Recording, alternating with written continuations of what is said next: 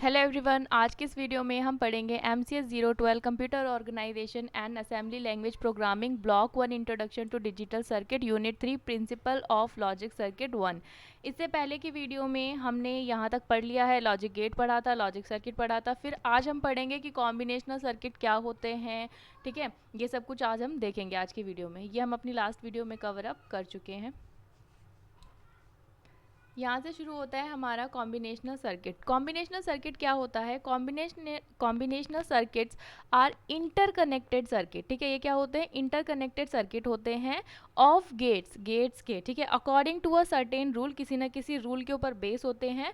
To produce an output, किसी output को produce करते हैं depending on its input value, कि जो आप इनपुट पे वैल्यू दोगे उसके कॉरेस्पॉन्डिंग जो आउटपुट होगा उसको वो प्रोड्यूस करते हैं। ठीक है, जैसे ही अगर इनपुट के अंदर कोई चेंज होगा तो ये अपने आउटपुट को उसके हिसाब से बदल लेते हैं। ठीक है, उसको पढ़ने से पहले ना हम सबसे पहले देखेंगे कि किस तरह से हम जो बुलियन, जो भी हमारे एक्सप्रेशन होते हैं उसको हम किस तरह से लिखते हैं। ठीक है, तो यहाँ पर हमारे पास दो चीज़ें आती हैं। एक आता है हमारे पास, जैसे हम कॉम्बिनेशनल सर्किट की बात करें ना, तो इसके अंदर इसके एग्जाम्पल में देखेंगे तो आपको पता चलेगा एडर्स होते हैं, डिकोडर्स होते हैं, ठीक है, या फिर मल्टीप्लेक्सर होते हैं। तो इनको भी हम एक एक करके देखेंगे। अभी हम समझ लेते हैं कि कॉनोनिकल एंड स्टैंडर्ड फॉर्म क्या होती है। ठीक है, जिससे हमें ये पता चल जाएगा कि कोई भी टर्म, जैसे कि अगर कोई भी आपको गेट दिया हुआ है तो उसको किस तरह से आप बनाओगे। ठीक है, सम ऑफ प्रोडक्ट में बनाओगे या प्रोडक्ट ऑफ सम में बनाओगे। ठीक है, और जो भी हमारे कॉम्बिनेशनल सर्किट होते हैं ना, उनको हम क्या करते हैं? मिनिमाइज करते हैं। जैसे कि जो भी गेट्स है, अब एक अगर मान लो सर्किट बनाना है तो उसके अंदर तो आप बहुत सारे गेट्स का इंप्लीमेंट कर सकते हो। ठीक है, तो उसको कितना से कितना आप रिड्यूस कर सकते हो, मतलब कैसे आप उसको मिनिमाइज करोगे कि आपको कम से कम गेट्स को यूज करना पड़े। ठीक है, और आपका जो आउटपुट है वो ठीक आए। उसके अंदर हम यूज करेंगे कि एल्जेब्रिक सिंप्लीफिकेशन क्या होता है, फिर हम के मैप के बारे में पढ़ेंगे, फिर क्यून एमसी क्लस की मेथड होता है, ये पढ़ेंगे। तो एक एक करके इन सबको देखेंगे। आज हम स्टार्ट करते हैं कॉनोनिकल एंड स्टैंडर्ड फॉर्म से, जिसके अंदर हम पढ़ेंगे सम ऑफ प्रोडक्ट क्या होता है और प्रोडक्ट ऑफ सम टर्म्स क्या होती हैं। ठीक है, जैसे कि आपने देखा होगा कि आप कोई भी मतलब एक्सप्रेशन लिखते हो। ठीक है, जैसे अभी मान लो कि ये जो हमारी सम ऑफ प्रोडक्ट टर्म है वो किसके ऊपर बेस्ड होती है? ये होती है लॉजिक 1 के ऊपर काम करती है। और जो प्रोडक्ट ऑफ सम टर्म्स होती है वो किसके ऊपर काम करती है? लॉजिक 0 के ऊपर काम करती है। ठीक है, इसके अंदर जैसे आपने वेरिएबल लिया, लेट्स सपोज कि वेरिएबल लिया है ए, तो यहाँ पर जो वेरिएबल की वैल्यू होगी वो क्या होगी? 1 होगी। और इसका जब कॉम्प्लीमेंट करेंगे तो उसकी जगह क्या लेंगे? 0 लेंगे। ठीक है, कॉम्प्लीमेंट में। लेकिन यहाँ क्या होता है? लॉजिक 0 के अंदर, यानी कि प्रोडक्ट ऑफ सम टर्म्स के अंदर लॉजिक 0 होता है। ठीक है, जिसको आप पीओएस फॉर्म भी बोल सकते हो और इसको आप एसओपी फॉर्म और इसको आप पीओएस फॉर्म बोल सकते हैं। ठीक है, अब यहाँ पर हम क्या करते हैं? ये जब इसके अंदर कोई वेरिएबल होगा, यानी कि ए की वैल्यू लेंगे तो वो 0 होती है। ठीक है, ये हमारा क्या होता है? वेरिएबल। और जब आप इसका कॉम्प्लीमेंट करेंगे, ए का कॉम्प्लीमेंट करोगे तो आप वहाँ पर वैल्यू ले रहे होगे 1। ठीक है, ये हमारे कॉम्प्लीमेंट में होती है वैल्यू। अब एक बार थोड़ा सा इनका डिफरेंस समझ लेते हैं, फिर उसके बाद में इसको स्टार्ट करेंगे। तो सबसे पहले है एसओपी फॉर्म और पीओएस फॉर्म। ठीक है, इनका एक्सपेंड मतलब इनको हम किस किस नाम से जानते हैं? सम ऑफ प्रोडक्ट और प्रोडक्ट ऑफ सम टर्म। इसका बेसिक क्या होता है? Form of representation of a Boolean expression, कि जो भी आपका बुलियन एक्सप्रेशन होगा उसको आप किसके फॉर्म में? मिन टर्म की फॉर्म में रिप्रेजेंट करोगे। ठीक है, अब जो पीएस फॉर्म होती है इसके अंदर हम किस में रिप्रेजेंट करते हैं? मैक्स टर्म्स में। ठीक है, expression include product terms are taken where the input set produce a value 1। ठीक है, यहाँ पर जो लॉजिक 1 की बात हो रही है, ठीक है, वही यहाँ पर जो वैल्यू 1 प्रोड्यूस करेगा और यहाँ पर वैल्यू 0 प्रोड्यूस करेगा। इसके अंदर मेथड क्या होता है? 1 रिप्रेजेंट द वेरिएबल और जो उसका कॉम्प्लीमेंट होगा वो 0 रिप्रेजेंट करेगा। यहाँ पर क्या होता है? उसका उल्टा होता है। 0 जो होता है वो वेरिएबल को रिप्रेजेंट कर रहा होता है, 1 जो होता है उसको कॉम्प्लीमेंट को रिप्रेजेंट कर रहा होता है। ऑब्टेन थ्रू जो एसओपी फॉर्म होती है एडिंग कॉरेस्पॉन्डिंग प्रोडक्ट टर्म्स, की जो कॉरेस्पॉन्डिंग प्रोडक्ट टर्म्स होती है ना, उनको ऐड करने के बाद आपको मिलता है। लेकिन multiplication to relevant sum terms. ठीक है, जो भी हमारी सम टर्म्स होती है उनकी मल्टीप्लीकेशन से, जैसे अभी मैं लिख कर दिखाऊंगी तब आपको समझ में आ जाएगा।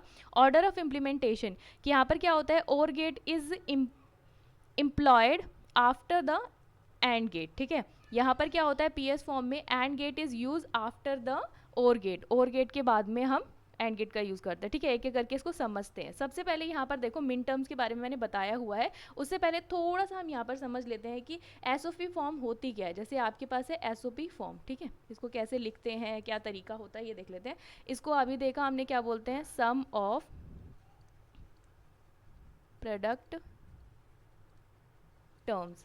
इसमें क्या होगा, जैसे इसमें अभी मैंने देखा it is used when output is logic 1, ये चीज़ हम देख चुके हैं। अब इसके अंदर जो हमारा मतलब एग्जाम्पल के तौर पे जब मैं इसको लिखना चाहूँ तो y इक्वल्स टू होगा a complement B C plus A B complement C plus A B C complement plus A B C, ठीक है।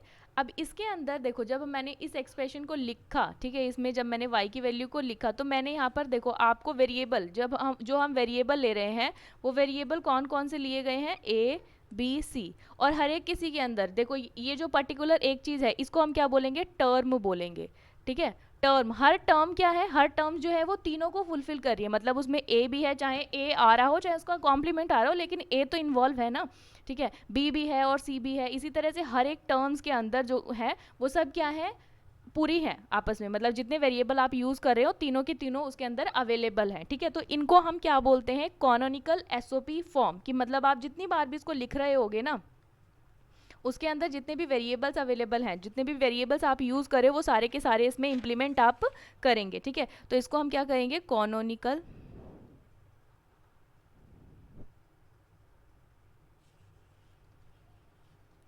एसओपी फॉर्म, ठीक है। अब इस पर्टिकुलर एक चीज़ को हम क्या बोलेंगे, मिन टर्म बोलेंगे। जैसे हम मिन टर्म बोलेंगे इनको, ठीक है, क्या बोलेंगे, min term.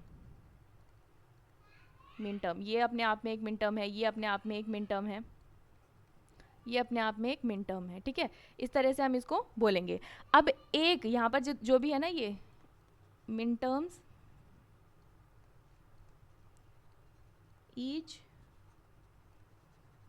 Product term is called min term, कि जितनी भी इसके अंदर आपको दिख रही होंगी ना, ये देखो ये सारी क्या है, प्रोडक्ट टर्म्स, यहाँ पर डॉट लगे हुए हैं, मतलब नहीं भी लिखे तो हम मानते हैं यहाँ पर डॉट है, ठीक है, क्योंकि प्लस का साइन तो यहाँ पर आ रहा है। तो हम यहाँ पर देखो कैसे इसको याद रखेंगे कि एसओपी फॉर्म हम कैसे याद करेंगे। यहाँ क्या हो रहा है, जो प्रोडक्ट टर्म्स है ना, प्रोडक्ट टर्म्स का सम, प्रोडक्ट टर्म्स का सम, ये अपने आप में क्या है, ए बी सी, ये क्या है, एक प्रोडक्ट टर्म है, ठीक है। इस प्रोडक्ट टर्म का हम सम करें, A complement B complement C, इस तरह से इन दोनों को हम जोड़ रहे हैं, A B C plus A complement B C. तो ये क्या हो गया, क्या हो गया, प्रोडक्ट टर्म्स का, ये प्रोडक्ट टर्म का सम हो गया, ठीक है। तो इस तरह से आप याद कर सकते हो सम ऑफ प्रोडक्ट टर्म, ठीक है। यहाँ से हमें पता चल गया। अब एक एग्जाम्पल लेते हैं कि किस तरह से आप इसको समझोगे। ये हमने समझ लिया कि कॉनोनिकल एसओपी फॉर्म क्या रहेगी, ठीक है, इस तरह से आप इसको लिखेंगे। उसके बाद में एग्जाम्पल लेते हैं कि मान लो आपको एक क्वेश्चन दिया है कि y के अंदर वैल्यू है y इक्वल्स टू, मतलब वेरिएबल जो है वो आप ये तीनों ले रहे हैं ए बी सी, ठीक है, ए बी सी, ए का complement plus A B C, यहाँ पर b का complement plus A B C plus A B C. और आपको ये भी ध्यान रखना है कि जैसे अगर आपने ये रखा है ना, मतलब ए बी सी का जो पैटर्न है वो सेम ही रहेगा। यहाँ पर मैंने कहीं पे भी ऐसा नहीं किया ना कि बी को पहले ले लिया फिर सी को पहले ले लिया, ऐसा नहीं करना है। जो एक पैटर्न चल रहा होगा उसी पैटर्न में रखना है, यानी कि पहले ए आएगा फिर बी आएगा और सी आएगा, फिर ए आएगा बी आएगा सी आएगा, इस तरह से आपको रखना है, अदरवाइज जो वैल्यू आएगी वो गलत आएगी। तो आपने अभी देखा जो वेरिएबल्स लेने हैं वो क्या है, जो वेरिएबल लेंगे, जैसे a है तो उसकी वैल्यू 1 रहेगी और a का कॉम्प्लीमेंट है तो उसकी वैल्यू 0 रहेगी। तो यहाँ पर यही a का कॉम्प्लीमेंट है तो इसकी वैल्यू 0 रहेगी, यहाँ पर b है तो इसकी वैल्यू 1 रहेगी और इसकी वैल्यू 1 रहेगी। यहाँ पर भी सेम, a की वैल्यू 1, इसकी वैल्यू 0, इसकी वैल्यू 1, 1 1 0 1 1 1। अब यहाँ क्या होगा, 2 की पावर 0, 2 की पावर 1 और 2 की पावर 2, तो ये क्या हो जाएगा, 2 की पावर 0 इज़ 1 और ये हो जाएगा, यहाँ पर हमारे पास वैल्यू आएगी 3, इसके अंदर क्या आएगा 2 की पावर 0, 2 की पावर 1 और 2 की पावर 2। इस तरह से आप इसको कर भी सकते हैं, ठीक है। एक दो बार करेंगे तो आपको ये पता चल जाएगा, ठीक है। इसमें क्या आएगी आपके पास, यहाँ पर आप इसको लिखेंगे मिन टर्म 3, मिन टर्म 5, ठीक है, 5 आएगा ना, 4 और यहाँ पर 1 आएगा तो 5 हो जाएगा, यहाँ पर ये हो जाएगा 6, ठीक है, यहाँ पर क्या हो जाएगा, मिन टर्म 6 आएगी और यहाँ पर मिन टर्म 7 आएगी। इस तरह से आप इसको लिखेंगे। तो इसको लिखने का जो तरीका होता है वो होता है ऐसे लिखेंगे, y equals to sigma m। अब इसके अंदर आप लिख लो, इसके अंदर जब आप इसको लिखोगे ना तो इसको ऐसे मतलब इसको एक ऑर्डर में लिखेंगे। ठीक है, ये आपकी हो गई स्टैंडर्ड SOP फॉर्म। ठीक है, आई होप कि आपको ये समझ में आया होगा।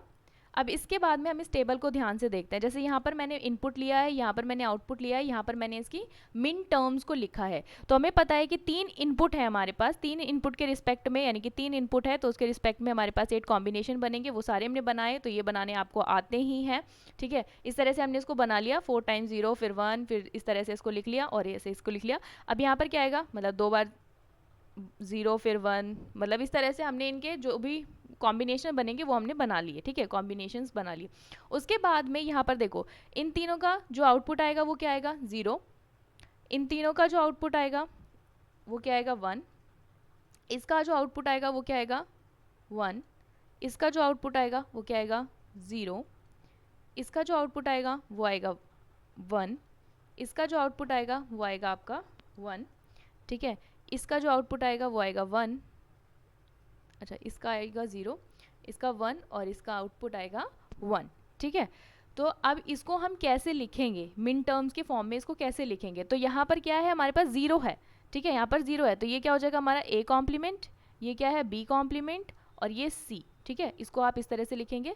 फिर यहाँ पर हो जाएगा A कॉम्प्लीमेंट, B कॉम्प्लीमेंट और C सिंपल। ठीक है, ये हो जाएगा A complement, B complement, C, A complement, B complement, C। यहाँ क्या हो जाएगा आपके पास A कॉम्प्लीमेंट। देखो यहाँ पर A कॉम्प्लीमेंट मतलब जो हमारा SOP फॉर्म होता है। तो अभी मैंने बताया कि जो हम सिंपल वेरिएबल लेंगे उसकी जगह पे 1 आएगा, जब वेरिएबल का कॉम्प्लीमेंट होगा तो 0 आएगा। ठीक है, तो यहाँ पर जो वैल्यू 0 दे रखी है तो उसके रिस्पेक्ट में हमें पता है कि इसको लिखेंगे कैसे। यहाँ पर क्या हो जाएगा, A का कॉम्प्लीमेंट हो जाएगा, यहाँ पर B आएगा और यहाँ पर C कॉम्प्लीमेंट आएगा। तो इसी तरह से ये भी लिखा हुआ है, A कॉम्प्लीमेंट, B और C कॉम्प्लीमेंट। अब यहाँ देखो, यहाँ क्या हो जाएगा, A कॉम्प्लीमेंट, यहाँ पर B और यहाँ पर C। ठीक है, तो इस तरह से आप इसको निकाल सकते हो। थोड़ा सा आप वीडियो पॉज करके आगे के 4 ये पूरे कर सकते हैं। ठीक है, मैंने यहाँ पर इसको लिख दिया। ठीक, अब ये थोड़ा सा वीडियो पॉज करके आप इसके आगे के जो 4 पैटर्न है उसको आप इजीली लिख सकते हो। ठीक है, आई होप कि आपको समझ में आया होगा।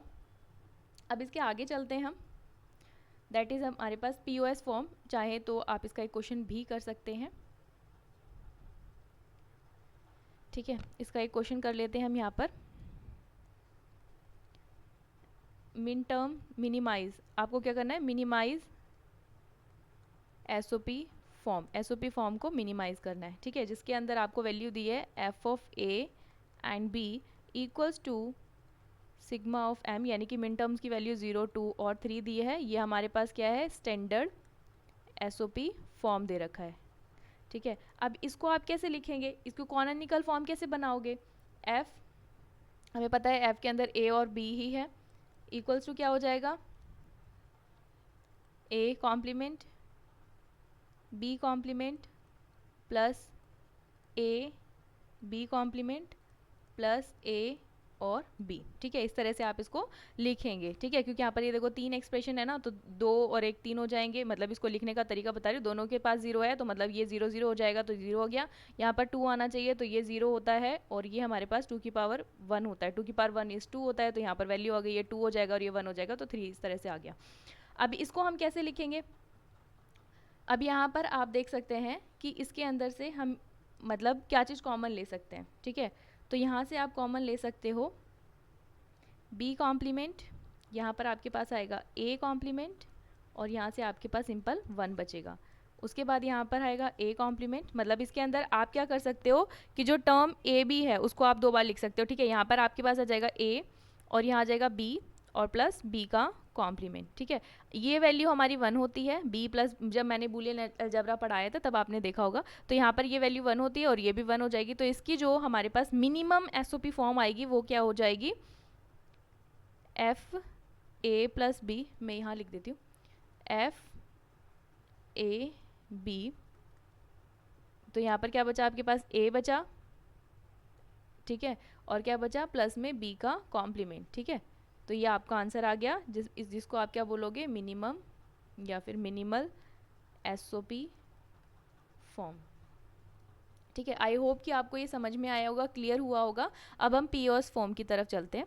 ठीक है, अब पीओएस फॉर्म में क्या होता है,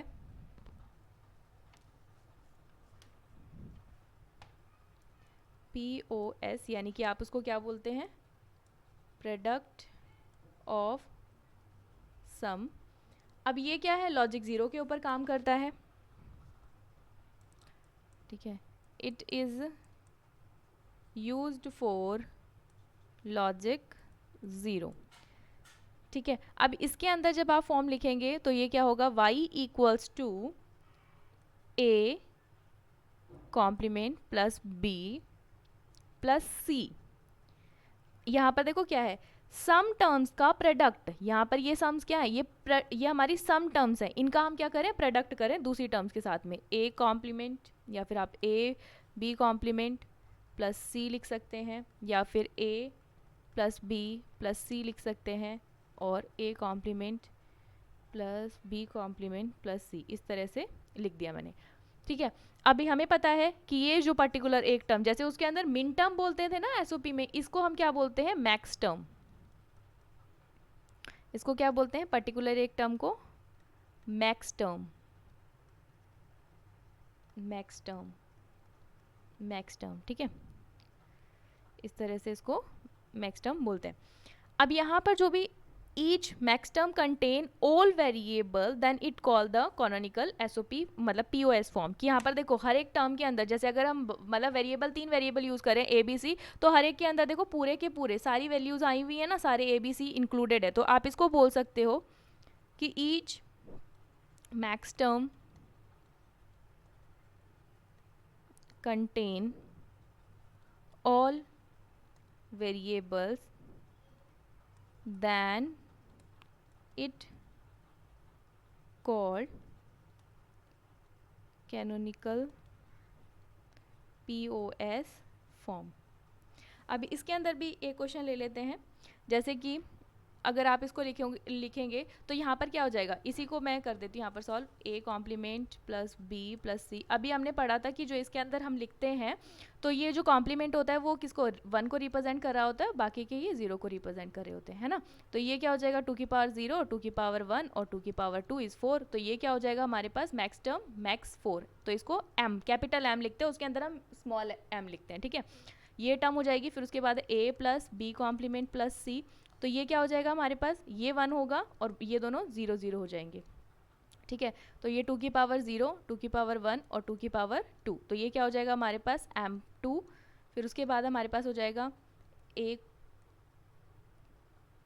प्लस b प्लस c। तो ये तीनों के तीनों क्या है, 0। तो ये क्या हो जाएगा m0। फिर a complement plus b complement plus c complement. तो ये तीनों के तीनों क्या हो जाएंगे, 1। इसको हम कैसे लिखेंगे, 2 की पावर 0, 2 की पावर 1 और 2 की पावर 2। ये 1 हो जाएगा, ये 2 हो जाएगा, 4 हो जाएगा। 4 और 2 कितने हो जाएगा, 4 5 6 और 1 7। ठीक है, तो m7 हो जाएगा। ठीक है, तो इस तरह से आप इसको किस तरह लिखोगे। अब इसके उसमें हमने यूज़ किया था सिग्मा को यूज़ किया था लिखने के लिए, लेकिन इसके अंदर हम यूज़ करेंगे y इक्वल्स टू ये पाई यूज़ करेंगे, पाई, फिर m लिखेंगे n, ये m कैपिटल M होगा। इसके अंदर क्या क्या आया है इसको भी आप तरीके से लिखेंगे, मतलब एक तरीके से एक ऑर्गेनाइज वे में, पहले 0 फिर 2 फिर 4 एंड फिर 7। ठीक है, इस तरह से किसी ऑर्डर में लिखेंगे। तो आई होप कि आपको प्रोडक्ट ऑफ सम टर्म्स भी समझ में आया होगा। इसका भी एक एग्जांपल कर लेते हैं और इसकी टेबल की तरफ थोड़ा सा देख लेते हैं कि यहाँ पर जो टेबल होगी, इसी तरह से पहले हमने इसके कॉम्बिनेशंस बनाए। कॉम्बिनेशन बनाने के बाद में अब हमें पता है जो पीओएस फॉर्म है, पीओएस फॉर्म के अंदर जो वेरिएबल होगा, ठीक है, वेरिएबल यानी कि a कॉम्प्लीमेंट 1 को शो करेगा और a को हम क्या शो करेंगे, मतलब यहाँ पर जो a होगा यानी कि वेरिएबल जो होगा a इक्वल्स टू ये क्या होगा, 0 को शो करेगा, और जब a का कॉम्प्लीमेंट करेंगे तो वो आपको 1 शो करेगा। ठीक है, तो इस तरह से ये क्या शो करेगा हमारे पास, a रहेगा, ये a रहेगा, ये a रहेगा, ये a रहेगा, ये a का कॉम्प्लीमेंट हो जाएगा। ठीक है, और ये हमारे पास क्या रहेगा, ये b रहेगा, ये b रहेगा, ये b का कॉम्प्लीमेंट हो जाएगा कुछ इस तरह से। यहाँ पर क्या रहेगा, ये c रहेगा और यहाँ पर c का कॉम्प्लीमेंट हो जाएगा। अब इस टर्म को लेंगे a b and c, a b and c। ठीक है। फिर यहाँ पर क्या हो जाएगा, ए बी और सी का कॉम्प्लीमेंट, ए बी और सी का कॉम्प्लीमेंट, कुछ इस तरह से हम इसको लिखते हैं। और बाकी के मतलब बाकी के टर्म्स को आप अपने आप से वीडियो को पॉज करके लिख सकते हैं, खुद से देख सकते हैं कि ये ठीक है या नहीं, ठीक है, अपने आंसर को मैच कर सकते हैं। अब इसके आगे हम इसका एक क्वेश्चन ले लेते हैं जिससे हमें और भी अच्छे से समझ में आ जाएगा कि इसको किस तरह से करते हैं, ठीक है। लेट कि मेरे पास एक क्वेश्चन है, कुछ इस तरह से दिया है, y equals to a plus B का कॉम्प्लीमेंट और a, यहाँ पर हमें पता रहेगा कि वेरिएबल a और b का यूज़ कर रहे हैं हम इसके अंदर, ठीक है। तो इसके अंदर जब आप इसको देखोगे तो यहाँ पर आपके पास आएगा y इक्वल्स टू m1, ठीक है, ये हो जाएगा ना 2 की पावर 0 और 2 की पावर 1, तो यहाँ पर हमारे पास आएगा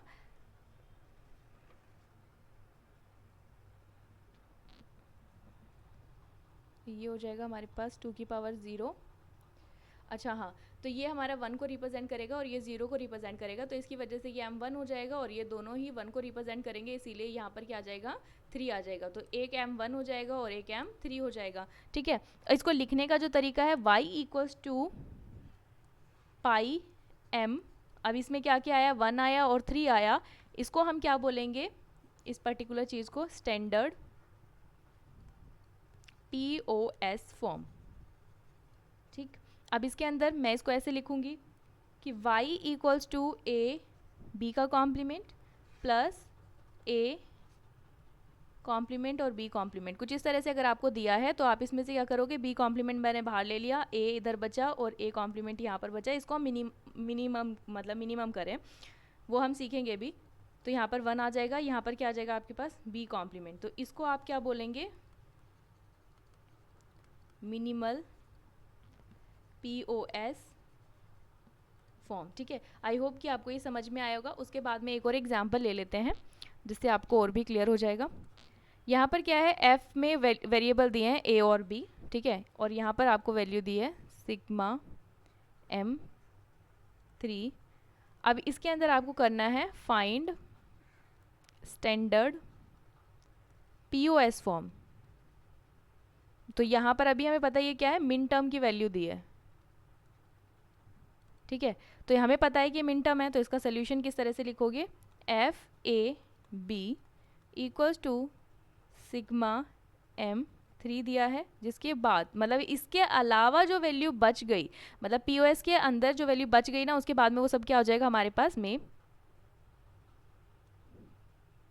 आप इसको लिख सकते हैं कुछ इस तरह से, ये हमारा मिन टर्म हो गया, ठीक है। अब इसका मैक्स टर्म, मतलब कि मैक्स टर्म यानी कि आप POS फॉर्म में कैसे लिखोगे,